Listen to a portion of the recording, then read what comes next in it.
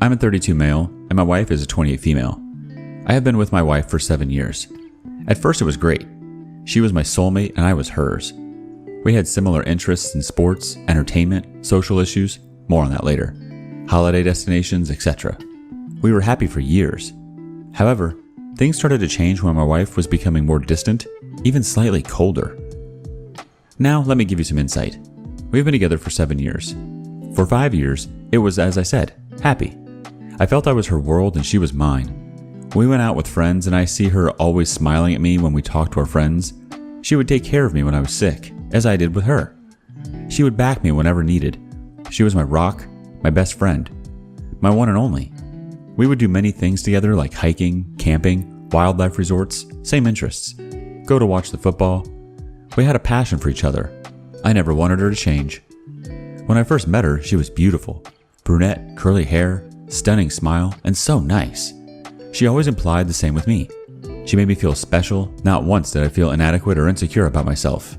More on that later. As I said, for over 5 years it was great, but things started to change when her new supervisor started her work. I'm calling him Margis 30. Now, at first, she would come home and talk about Margis. She would say that he's funny and makes people feel good. Of course, I was slightly taken aback at first because she would usually come home and ask about my day and hers. But she immediately talked about Margis straight away. However, at the time, I brushed it off as someone who was new at her work. She sees the same faces for years. So when Margis showed up, it was refreshing. Weeks pass and my wife seems to be more distant and secretive. She would go out to work nights, which didn't bother me as she went on plenty before. However, we were meant to go out to a mutual friend's house for drinks. He's in a bad way and he has been diagnosed with a disease that is severe. My wife, as I said, is usually a rock, really empathetic and supportive. So when we found out about our friend, Daniel, 32, we didn't hesitate to go over and show our support. The night came to an end and my wife was running late from work night out. I called her a few times and got no answer. I texted her, no answer. After waiting, I decided to go to Daniel's myself. Daniel and I talked about how he's adapting and coping. During that time, I felt for Daniel. Such a nice guy to have this is cruel. Afterwards, I got home and I'm seething. My wife is still not home. No missed calls or texts. Seriously? I couldn't believe it. I was getting worried if she's been in an accident. So I called her work colleague Jane, 28. I got on with Jane and asked her if Kelly, my wife, is out with her. Jane said that she is, but Jane went home and it was just her and Margis left out. I was angry. So angry. We have known Daniel for years and she would skip meeting our friend over a guy she just met? I kept telling myself there was an explanation for this. I waited until she got home. Eventually, she arrived home and saw me in the living room looking at her. "What's wrong? Everything okay?" I looked at her in bemusement and said, "Daniel." She looked mortified. "I'm sorry, I forgot. I was out with work friends and lost track of time." She looked sincere. Her and Daniel are good friends, so maybe she did forget. I did ask her a question. "Who was out with you?" She replied, "As usual, Jane, Sophie, 30, etc." I replied, "Not Margis?" "Oh yes, he was there." I pressed on, remembering what Jane said. "Did everyone stay out until the end?" She replied, "Yes, it was a good night." The next day, I'm angry. I don't say anything to my wife, but she has never lied to me before. She has never let anyone down before. I couldn't grasp that she would bail on our sick friend for a guy she just met.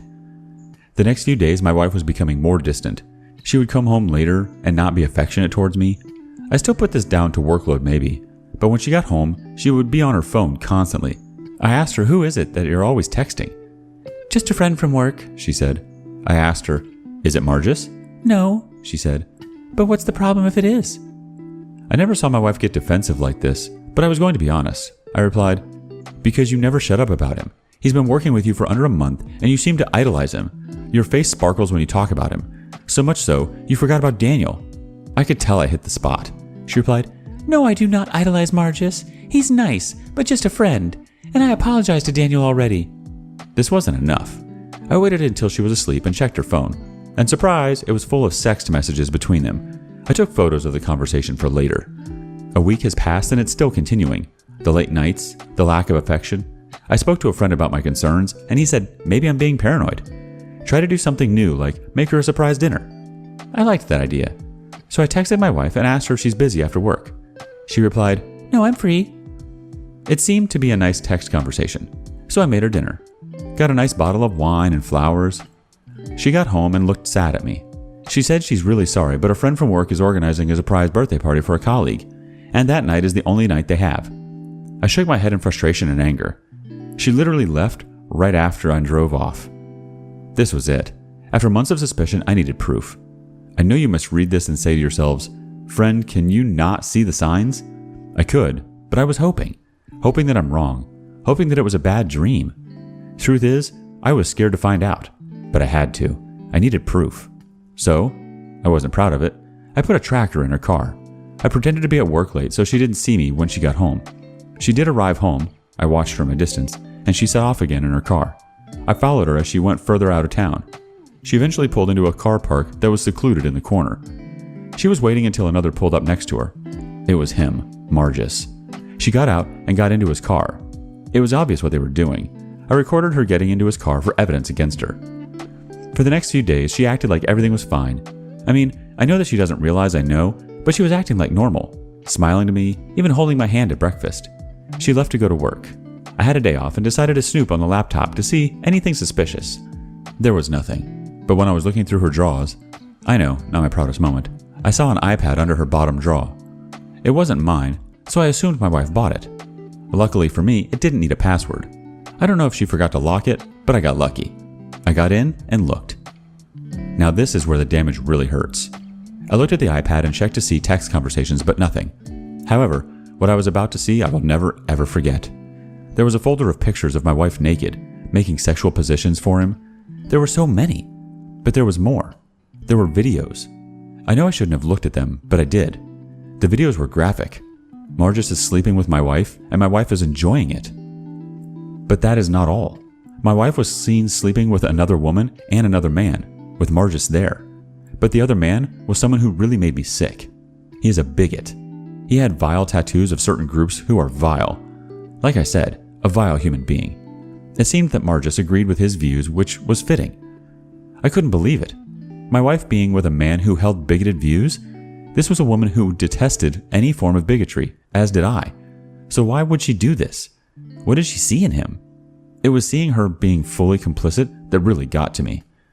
During our marriage, we always talked about fantasies but never acted on them. As a man, it was threesomes, etc., but my wife said she would never do it, never sleep with another woman or do anything that makes her feel uncomfortable. I accepted that without a second thought. It didn't bother me that she didn't want to do it. I loved her.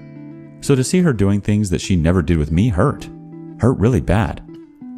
I watched all the videos. I know, I'm stupid. I copied the videos and pictures to my laptop for evidence of infidelity, because that's all that matters. I want her gone. I just don't know why she did it. I don't know why she refused me the fantasy route, if you will. What made him so special? Why was she into a man that I thought she despised because of what he represented? Anyway, I spoke to Daniel about everything. He is a great man and a friend. He couldn't believe I was talking about my wife. He was disgusted with her, but noticed her change as well. I told him that I want to divorce her. He understood. He said I have enough to back me. He told me that confronting her and him is pointless because she has already made up her mind. He said that I need a fresh start and to find someone who is themselves and not a mirage of a woman I married. Like myself, Daniel hates vile racists and shook his head that my wife did this. Daniel has known my wife a lot longer than me. After speaking to Daniel, it made me feel like I was in control. For months, I felt that she was in control. I was afraid to find out the truth. I didn't confront her more sternly when I was suspicious because I was afraid of the outcome. At the time, I didn't know if I wanted to leave her or make it work. But after the videos, pictures, and texts, I damn well knew what I must do. I went to the lawyers to file for a divorce.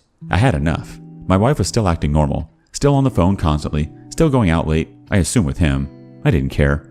I had to wait 3 weeks for the papers to come through. I got them. I decided to move out. Luckily, we rented and our lease was running out in 3 months. I was prepared to pay until then. Anyway, I wanted to move out. So the day came. She went to work. I made up that I had to go in later to cover for being short-staffed. She shrugged and said, "Okay." No goodbye, hug, or kiss. Still, that hasn't happened for months, so I was used to it. She left.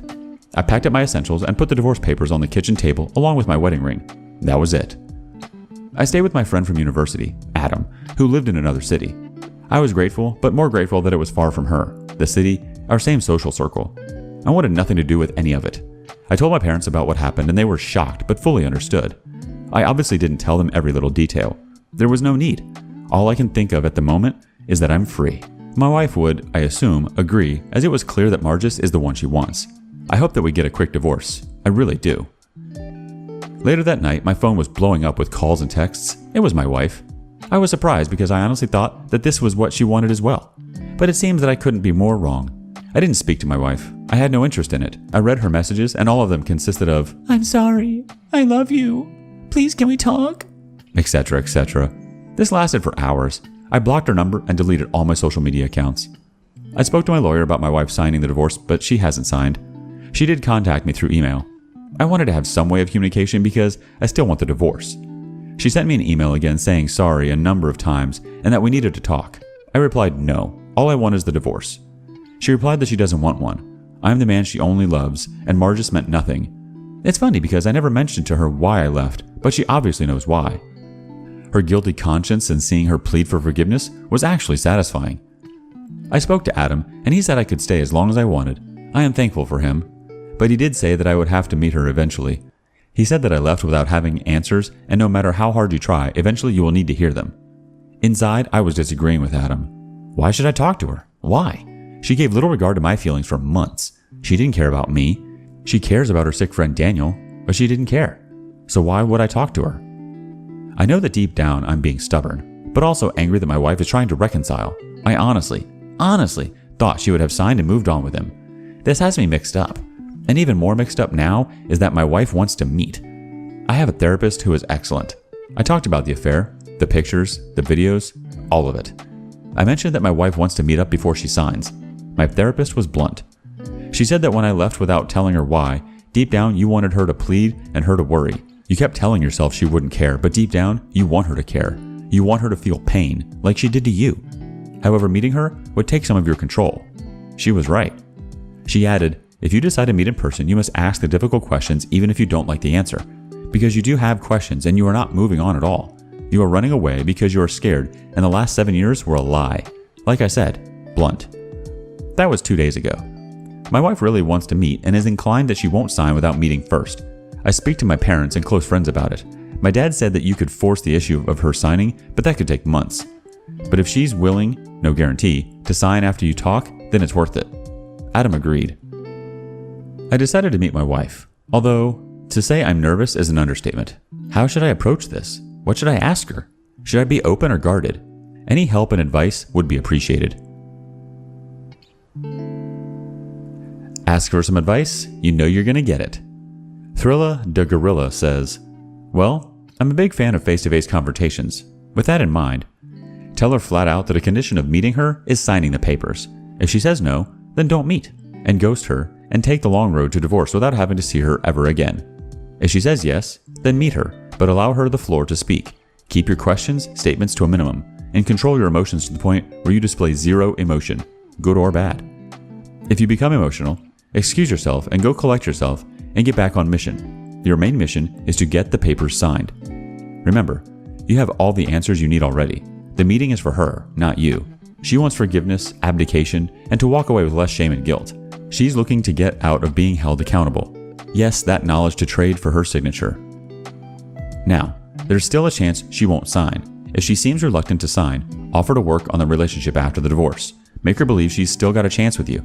Yes, it's a lie, but F her, you want that signature, so lie to get it if need be. After you have her signature, make sure you expose the affair at her workplace. Call HR directly. Listen, bro, she's no longer an ally, wife, friend, or soulmate. She's an adversary in a legal matter. Nothing more, nothing less. Update. I'm sorry that my update has taken longer than I liked, as I was going to post the next day. Unfortunately, circumstances got in the way. But before I do, I want to thank everyone who posted their feedback. I read every single one, and I took everyone's advice on board. I was overwhelmed, to be honest. I really appreciate it.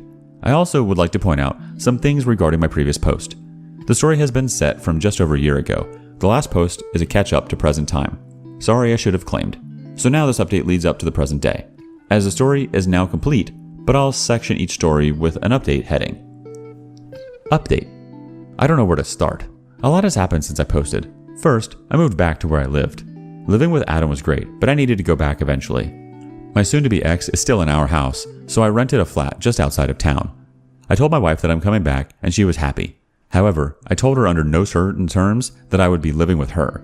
She understood, although she tried the generic, "We can sleep in separate rooms" line. No, I do not want that. I also stated that I will not tell her where I live, obviously, even though she tried to find out. She still wants to meet me, as do I. We arranged a time and place. The place was a neutral venue, so to speak. It was near the beach where there are people, but not too many in case a scene is happening, which I obviously don't want. I want to meet outside with just me and her. I know some of you in the comments said to take a friend, but I felt that it wasn't needed. But still, I appreciate the advice. I do, however, agree that I will definitely be recording the conversation, which I did. Before the meet, I emailed my soon-to-be ex and laid down some ground rules, and if she didn't abide by them, there would be no chance of reconciliation. The rules were simple. 1. Answer every question that I have honestly. 2. No deflection answers like, "It just happened," or "I'm not sure," etc. I want detailed answers. 2. If she storms off without answering every question, it's over. No reconciliation. 3. Answer even if you think the answer will hurt me. 4. Don't be late. If you are, no reconciliation. So we made the place in time. Now it's about waiting. I leave to go home to my flat. The next day I caught up with other friends. They treat me like I'm Daniel, although I get it. I got hugs and support, which I appreciated, but it seems, inevitably, that our breakup has spread. Although I question how they know. I only told a handful of people, but my wife inevitably told her family and friends, and of course, the domino effect would happen. However, they obviously didn't know the full details. They didn't know about the texts, pictures, and videos. Not even my wife knows that I have them. She is under the impression I left because she was spending too much time with Margis. She doesn't know about what I have. All she thinks is time with Margis. Husband got upset. She broke it off. I told my therapist about the meeting. She said that I should ask certain questions to give her better insight into what happened. I'll explain that later. It's the day of the meet. I was nervous before, but my goodness, I am in bits. Not because I want her back, but it's seeing her, and then seeing her means seeing him in my mind, and then I would lose focus and control. Update. I drove up to the beach early, really early. I take in the surroundings, and in reflection, it was a perfect day. Sun was out, people were taking their morning stroll. I picked a nice venue. Then, out of nowhere, I turned to see my soon-to-be ex walking towards me. She was smiling. She looked great, definitely glammed up, although she looked slightly worn out and stressed. No sympathy. She approached and tried to hug me. I put my arm out as to say no. She looked at me as in a, "I understand" kind of way. We sat down and settled. She tried to start small talk, but I wasn't interested. I had my phone on record and started. "When did you first kiss him?" The first week, on the Friday. "When did you first sleep with him?" The same day, on Friday. "Where?"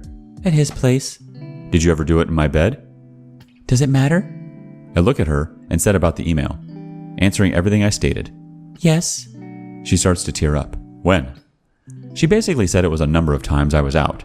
Our neighbors saw him, but rightly thought he was a work colleague. They thought nothing of it. She apologized already and kept apologizing, but I put my hand out for her to stop. I asked my other questions. "Did you tell him about me? About you being married?" Yes, but at the time it was a blur. Now my therapist asked me to ask her a specific question. This was it. "When you first met Margis, how early was it that he talked about me?" What do you mean? "It's simple. When you talked, what did he ask you about me? Did he want to know how long we were married? Were we happy, etc.?" After a pause, Yes, he did ask about our marriage and if we were happy. Why? "Didn't that strike you as odd? You met a guy you hardly know and he's asking personal questions about our marriage." No, I think he was just being generally curious. I didn't think of it as being weird. More of this question's relevance later. After asking a number of small, hitting questions, I decided to go for the big ones.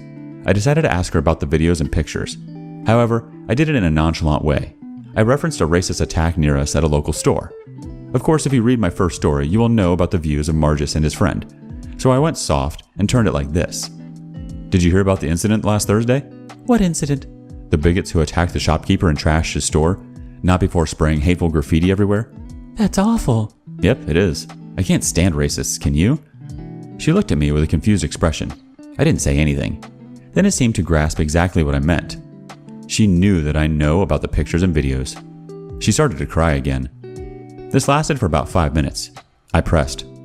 "Why would you even go near men like that?" She's red-faced from crying, trying to compose herself. It's not what it looks like or what you think. What I think? What am I supposed to think? What was it about this man that would make you disrespect your grandfathers in World War II, or bail out on your friends, and treat me like I'm a piece of crap? At this point, she was shaking. She looked at me watery-eyed but answered, He was the new boss in our department. He was open and funny. He made people feel good about themselves. A lot of women liked him. Even after starting, he had it. But when he started to take an interest in me, I felt like he chose me. What the hell does that mean? You want honesty, and I need to be honest. When we started talking, he made it clear that he was only interested in me. I interrupted and said, after a couple of days? Yes, that's what I'm saying. He had a way immediately to make someone be happy, and even more. I felt great when I saw him looking at me from across the office room. I felt great when he spoke to me saying, You're the only interesting person here. Like I said, I felt he chose me. What?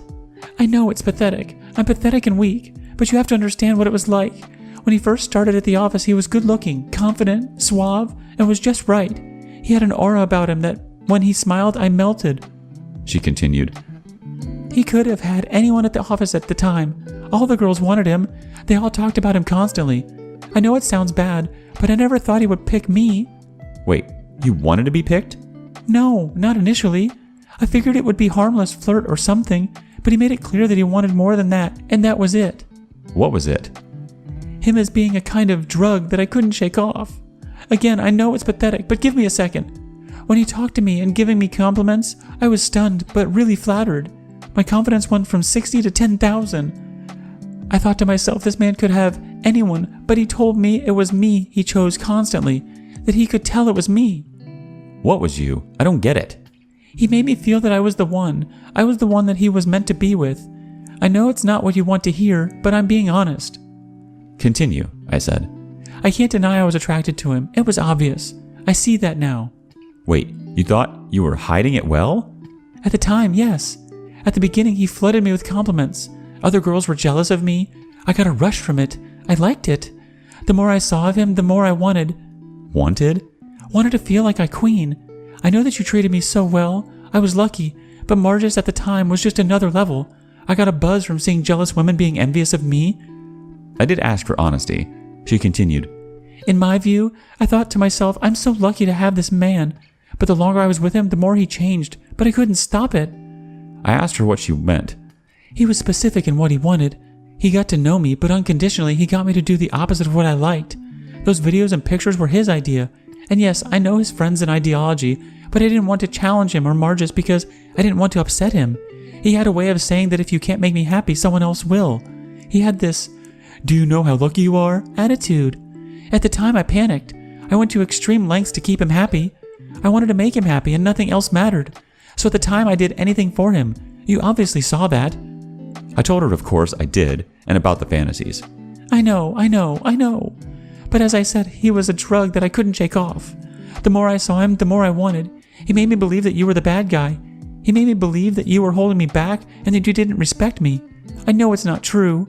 She was in tears again. But that's why I did everything. Everything he told me to do. Even after he was criticizing you, I couldn't fight back because I was hooked. And that makes it okay? With how you treated me? Bailing on dinner? Bailing on camping? Seriously? No, I'm not asking for forgiveness. I don't deserve it because I know how I treated you. I was a nasty bitch to you, and I will never forgive myself. But I did it. Bailing on dinner, etc. I knew I was hurting you, but I couldn't stop. He kept telling me that I deserve more than you, and that I should be treated like a queen. So the more I went out to high-class restaurants, VIP theater shows, the fancy jewelry, the more I resented you. But each time he did it, he always mentioned you and your failure. So I obviously bought into it, and that's why I was cold towards you. I thought you failed me, and he didn't. I know it's not true, but during that time he was influential, and I believed everything he said. She continues. It was only when I saw the papers and ring that something clicked in me. I know you don't believe me, but I'm finished with Margis straight away. I know I don't deserve credit for it, but I really am ashamed of what happened. I can't imagine what it was like for you. I know I neglected you, made you feel worthless, but I couldn't see it before. I did after I saw the papers. I'm ashamed that I took this vile man over you. I looked at her. I didn't expect her answers, but she seemed well sincere. I replied though. Aside from your affair, you know what the problem is? That at the beginning, you wanted the affair because you said he chose you. You said he was a drug, but millions of people get themselves out of drugs. They realize that they have problems and get help. You didn't. You carried on. The only reason you are here is because I am your safety net, and now it's gone. There is no way a spouse can say I love you when you make them feel inadequate. She claims she didn't. No, you did. For 11 months, you made me feel worthless. As you know, I was eating, becoming more reclusive and losing myself. All the while you were going out every night, going to the gym, buying new clothes, being a different person. You came home and looked at me with disgust. During that time, you didn't let me touch you or anything. You didn't give me anything but abuse. Abuse? Yes, you did abuse me mentally. Maybe you didn't think you were doing it, but damn, you did it. My best friend and soulmate made me hate myself. She's in tears again. It got that bad that I was thinking of... I didn't say it, but you get the picture. At this point, she is crying heavily and apologizing so much that I forgot we were at the beachfront. People were watching, and I had to tell her to breathe. She got her composure back and kept pleading it was him feeding her the toxic thoughts against me. I did have one last question. Do you love him? No, I don't. I know that you won't believe me, but I actually hate him as much as I hate myself. After a few hours of talking, she left, saying everything was true. I was the love of her life, etc. I sat by the beach thinking about the possibility of her being groomed, conditioned, etc. I mean, it makes sense. After she met him, she changed, like totally changed. There was a reason why my therapist wanted to ask that question. Although she can't diagnose Margus, but she thinks he has sociopathic tendencies, hence why he asked about our marriage. She said, It's clear that he had an agenda asking about your marriage to your wife so early. The signs are there. He did choose your wife. He knew that you were happily married and solid, so he had his challenge. The challenge was simply to break up and ruin lives as sociopathic people do. Margus would never have been with a single girl because there was no challenge. But with your wife, it wasn't just her he was controlling, but you as well, her friends and family. He turned her into everything your wife is against and makes sure she did. He turned you, through your wife, into a depressed loner. She continued, That's why you never confronted her after the texts and videos. You didn't have the evidence at all. That's what he and your wife did. He pulled the strings, but your wife willingly played along. Sociopaths like to manipulate and control the narrative. When you followed your wife to the parking lot, he probably knew you would follow your wife. If you confronted them there, most likely your wife would take his side there and then. Thus, he would have won. People who have sociopathic tendencies have no empathy. They are driven by seeing others suffer by their hand. Is there some truth to that? My wife a victim of a sociopath? It fits, but a part of me doesn't care. Well, part of me cares fully at times. Who was this guy? I kept telling myself. I never saw one man come in with such authority and ruin people's lives. But deep down, he was the package. He was a boss making decent money. He was 30, but looked 21, great physique, and had confidence. That would make women turn, right? But maybe my soon-to-be ex was right in that she finished with him that day I left. Because after I left, my neighbor said to me that Margus kept coming around to my house demanding to talk to my soon-to-be ex. He apparently did this a number of times, as my wife said when we met. He was acting like a physically abusive husband. My therapist said sociopaths cannot accept rejection, especially when they don't have control. My wife dumped him and he became erratic. Why? My therapist said it's simple. Your wife chose you over him. Lucky me. He manipulated her for under a year, and she still had the strength to finish it. That undoubtedly derailed his plans. Update. I contacted HR about my wife and him. Turns out other people contacted HR as well. It seems that the affair news is spreading. He left shortly after me and my wife spoke. I don't know where. I don't care. My wife also left before she was pushed. Apparently people are not too happy with her and her behavior, especially her parents. She is staying with her parents and relocating. She is getting help with a psychologist though, which she definitely needs. I still speak to her family and our friends. They try to say that I should meet my soon-to-be ex again, but that's not happening. She needs to concentrate on herself getting better, and her family said that M did a huge number on her. The divorce will be finalized in a few weeks. I know some people said she won't sign after the meeting, but I had to go. I had to know why she did it. I had to know. Do I feel better? In a way, yes. My wife was as honest as she could be, I think. The pattern of the affair makes sense. My soon-to-be ex asked if there is a chance of reconciliation eventually. I have to admit, I thought about it. Even if she is a victim of a master manipulator, how can I trust her? If I took her back, all I would be thinking about is him and how I cannot measure up compared to him. I would feel second best no matter what. She assures me that it's not the case, that I have always been her soulmate. Even after she said it, my life with her wouldn't be the same. I suppose the moral of the story is that cheating is obviously wrong. It affects and damages the partners more so. Cheaters are truly selfish. They only own up if they're caught or leave divorce papers on the kitchen desk. I certainly won't marry again. The damage of the affair has hurt me deeply. I still feel inadequate about myself, that I'm not good enough. Although I have been going to the gym again, hiking and camping with friends. I've been trying to stay active, trying to move on, but I have to do this hate. Hate my soon-to-be ex for easily falling for him, and him choosing my wife. Why did it have to be her, I kept telling myself. But these questions I ask myself are pointless because it's done now. The damage has been done, and it still hurts. I still have my job, and moving to the outskirts of the town is good. I'm not one of those people who move thousands of miles away, although I get it. But my work and social circle have been good to me, and I don't want to lose it. If I relocated completely, then I feel they won, and I refuse to be a victim. My therapist said that it will take time. Time to heal. Just be patient. Well, that's it. There isn't much to update, so this will probably be my last post. I want to thank everyone who posted on the last blog. All your comments I took on board and fully appreciate it. Time for some closing comments. Salvador M1 starts us off. You, sir? You are the ultimate alpha. The way you handled the situation was just flawless. Also, what an amazing therapist you have. Keep her, and keep on healing. I'm sure you will. Cranach closes us out. While I believe that her manipulation and conditioning played a role in what she did, it still doesn't change that she made a decision to cheat on you all the way on the first Friday with him. At that time, she wasn't manipulated or conditioned. Those things take time. Even more as she has been a loving and caring wife before. No, she wanted this to happen and made a decision not to break up with you, but to cheat on you. Early on, she made the decision that this guy is more important to her than you are, which finally set her up to get conditioned by him. That he was even able to condition her was only based on her own decision, because she wanted him. The humiliation and abuse you experienced afterward from her might have come from her being manipulated, but the first decision to cheat on you only happened because she made a conscious decision to do so.